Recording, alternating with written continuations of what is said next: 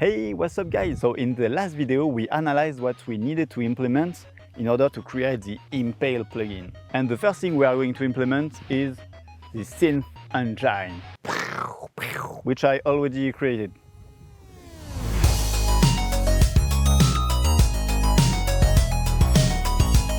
Basically, a synth engine is just part of the code that will gently activate a voice every time we play a note. And of course, that voice will render sound that will make music, if you're good.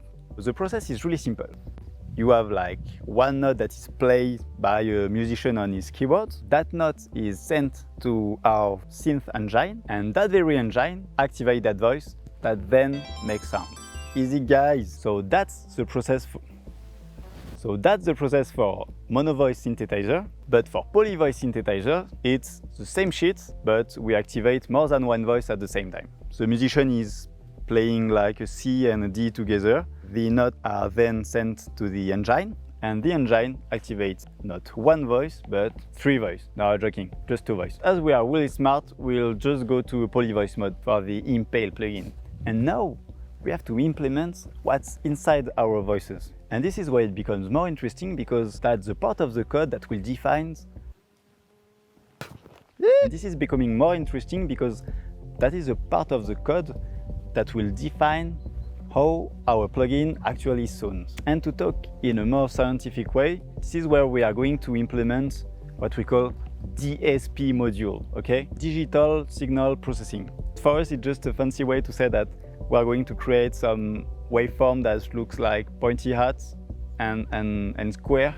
The most important thing to keep in mind is that if we don't hear any, then we are not in the right way, okay? So let's go make some code.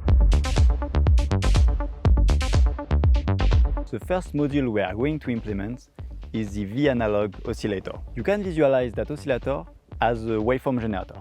And what we want to know is which waveform it is generating, okay? So let's remove every effect and filters and LFO and everything to only hear what the module sounds like. Okay, so I'm not a detective, but this waveform really looks like a pointy hat waveform. And trust me guys, I'm a scientist, okay? So I know what I'm talking about. So yeah, we have like odd harmonics, mellow and smooth tones. Okay guys, that's it. I present you the most simplest waveform to implement in audio programming. Thank you guys, thank you. Here is a technique to code a pure digital pointy hat waveform, also called a triangle waveform. Okay, I said it, no, stop. You have to set up what we call a clock, like a counter that will go back to its original value every time it reaches a certain value. So here our clock counts from -1 to 1, and the incrementation of that clock depends on the pitch of the note that is played. The higher the frequencies of the note played, the higher will be the incrementation. And you will see why soon, I hope. The incrementation of that clock also depends on another thing called the sampling frequency. And for our safety, we are definitely not going to talk about it. So in order to simplify, we are going to increment our clock from point 2 to point 2. Point 2 to point 2, point 2. Now, all we have to do is just to take the absolute value of our counter each time it gets incremented, okay? The absolute value. It's really important, the absolute value, guys. And then, if we draw the result, we successfully get a pointy hat waveform, okay? Magic, right? And this is what a pure digital pointy hat waveform sounds like. It's curious because that really doesn't sound like the Minifreak one.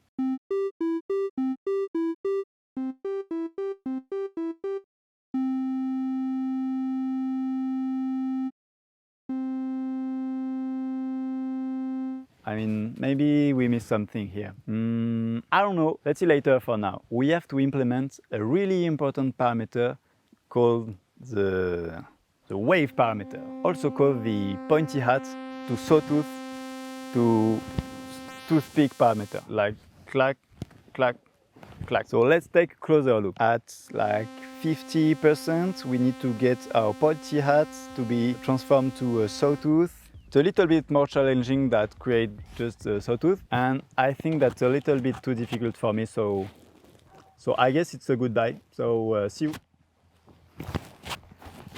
Okay guys, I don't know if you guessed it, but it was a joke for the last time. Now let's back to work. Do you remember that clock we talked about earlier? No, you don't remember, okay. Well, we are going to fool that clock. We are going to trick it and it will not even know.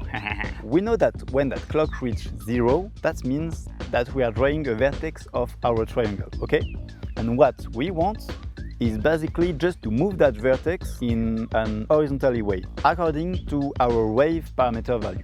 So knowing that, all I'm going to say to my code is the following. Now, from -1 to 0, instead of incrementing from point 2 to point 2, I will have higher incrementation to reach the vertex quicker, and passing the 0, a weaker incrementation to compensate. Okay, so easy, right guys?